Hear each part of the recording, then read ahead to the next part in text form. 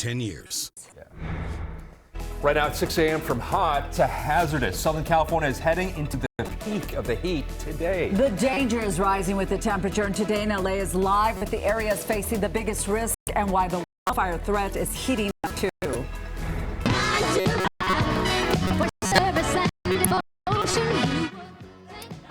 What a spirit, what a voice. We remember Dolly Parton, a voice that gave us songs to sing and a heart that gave so much more. From her Tennessee roots to her star in Hollywood, how fans are celebrating this icon who touched generations and the legacy that will always live on. This is Today in LA at 6.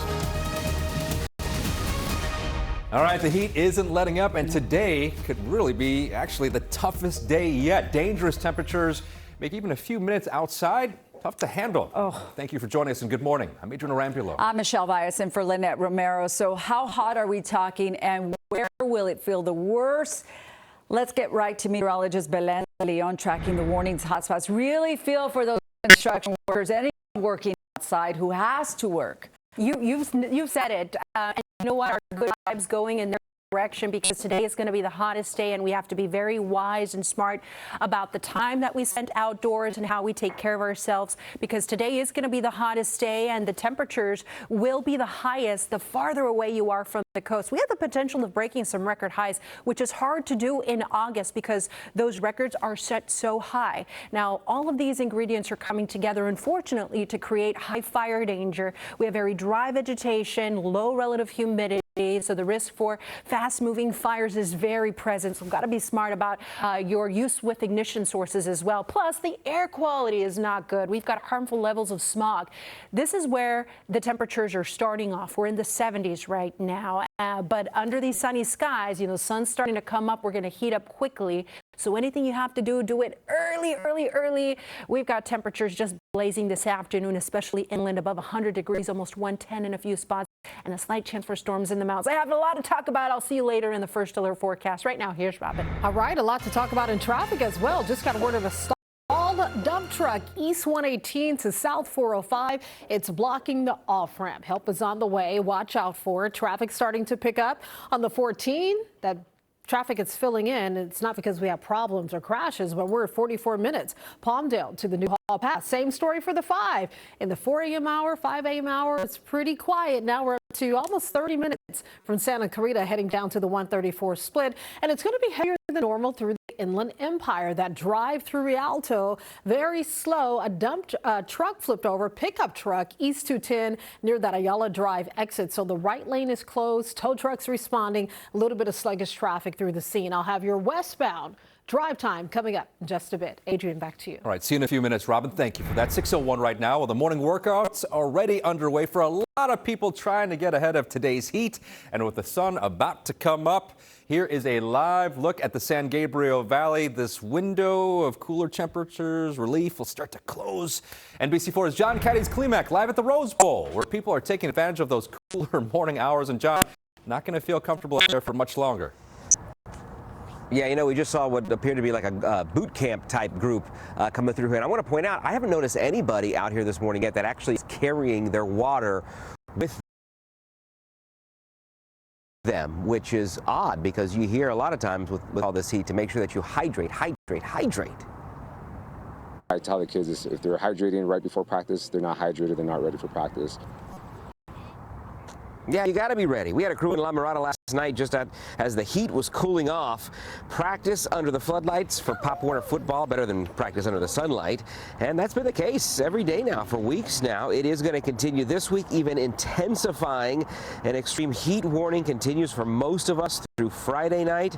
Here in the San Gabriel Valley this week, highs could reach 112 degrees. Belen saying that here in Pasadena, where we are this morning, looking at 106 degrees. But it's a dry heat, right? Well, maybe, but it is definitely a dangerous one. Right now, I'm thirsty. You know what I mean? So we also put the gauge on ourselves. Like, if I'm thirsty, of course the boys are going to be thirsty, and we're not doing the physical activity that they're doing.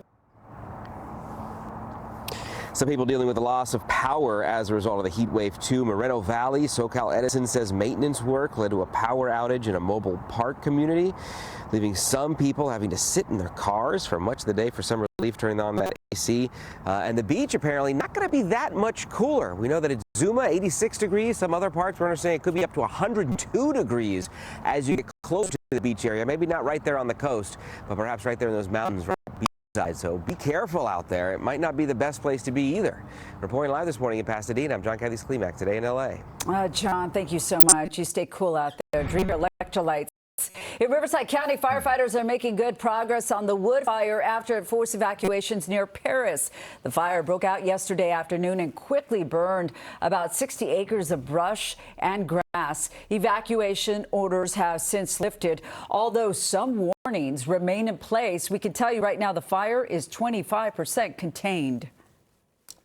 6:03 right now. From her timeless music to her tireless philanthropy, Dolly Parton left an unforgettable mark on this world. The beloved entertainer and humanitarian is being remembered this morning after losing a brief battle with cancer at the age of 80. Her fans are celebrating a life that brought joy and hope and inspiration.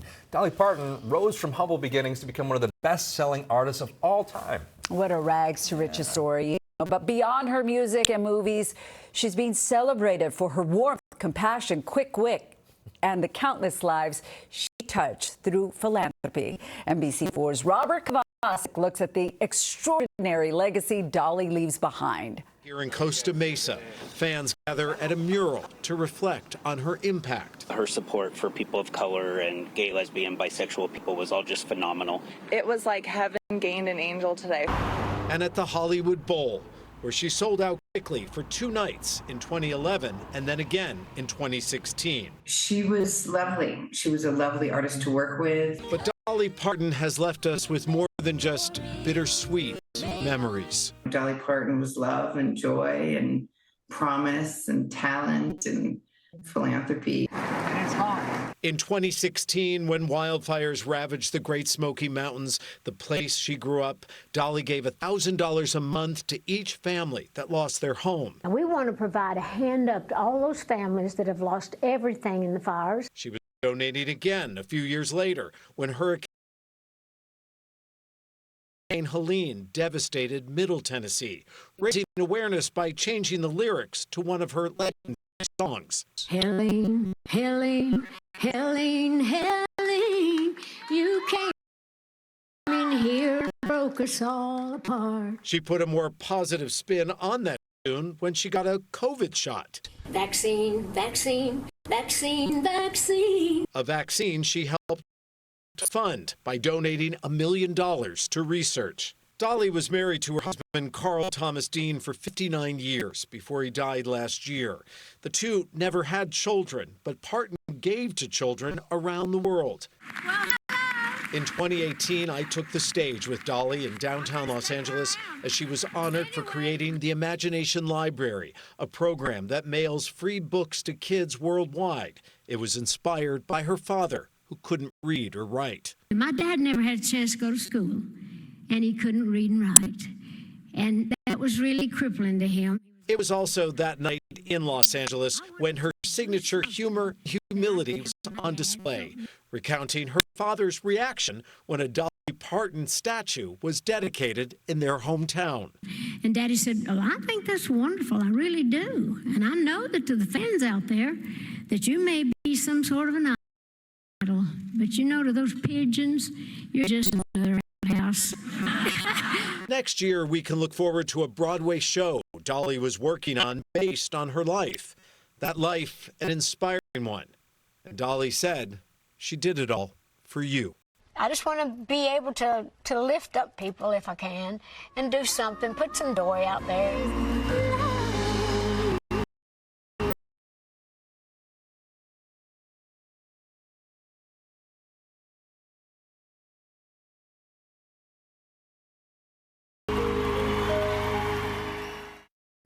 Consider that 1 in 6 children in the United States under the age of 5 get a free monthly book thanks to Dolly Parton. And the Imagination Library will continue to send those books to honor Dolly's legacy. At Dolly's request, a small private service will be held for immediate family only, and she will be buried next to her late husband, Carl. In lieu of The family asked for donations to be sent to her imagination library. I'm Robert Kvasik. Back to you. That was beautiful. Who didn't love Dolly? Dolly Parton was beloved not only for her incredible talent, but for her humor and humility. Those qualities shine through in every interview, including a memorable conversation I had with Dolly back in 2015. I was so lucky. Her wit was on full display. It was a moment that reminds us why so many felt like they knew her personally. Was there anyone in your life who didn't let you forget where you came from, that said, you know, no matter how big you make, Dolly, don't forget about us in the mountains? My mother always said, now, I don't care how successful you get, you always give God the credit. I said, I will, but I'm going to take the cash. That's all right with you.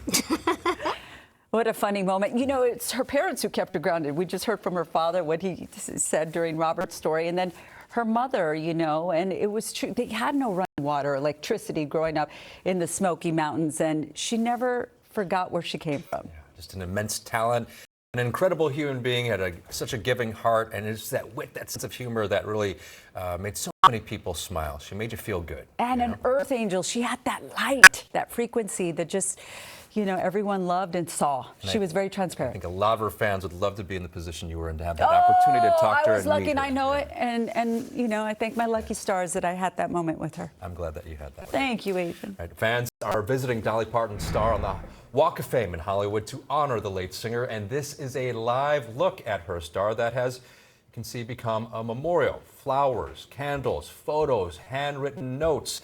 So many things now surrounding her star, with many fans leaving messages featuring some of her most memorable lyrics.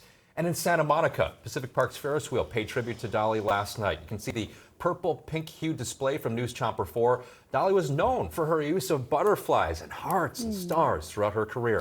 And more than 3,000 miles away in New York City, look at this. The Empire State Building illuminated its tower lights in a pink sparkle last night.